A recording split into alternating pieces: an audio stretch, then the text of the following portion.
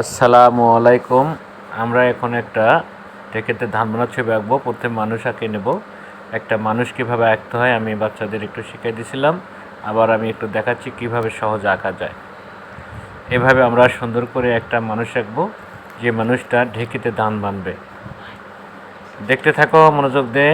অবশ্যই এখানে একটা লাঠি দিলাম, এখানে দিলাম, এটা ধরে ধরে সে ঢেকিতে পা দিয়ে করবে, না তো পড়ে যেতে পারে। সোজা একটা দাগ দিলাম, এটা সোজা দিলাম।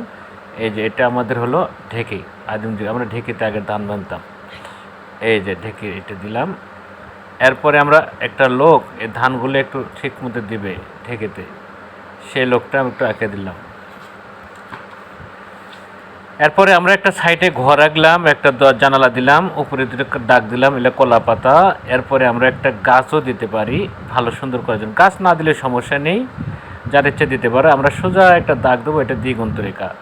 এভাবে সুন্দর একটা দিগন্ত রেখা দেবো, দিয়ে বাস সুন্দর করে এভাবে আমরা একটা ঢেকিতে ধান বানার ছবি আঁকাবো।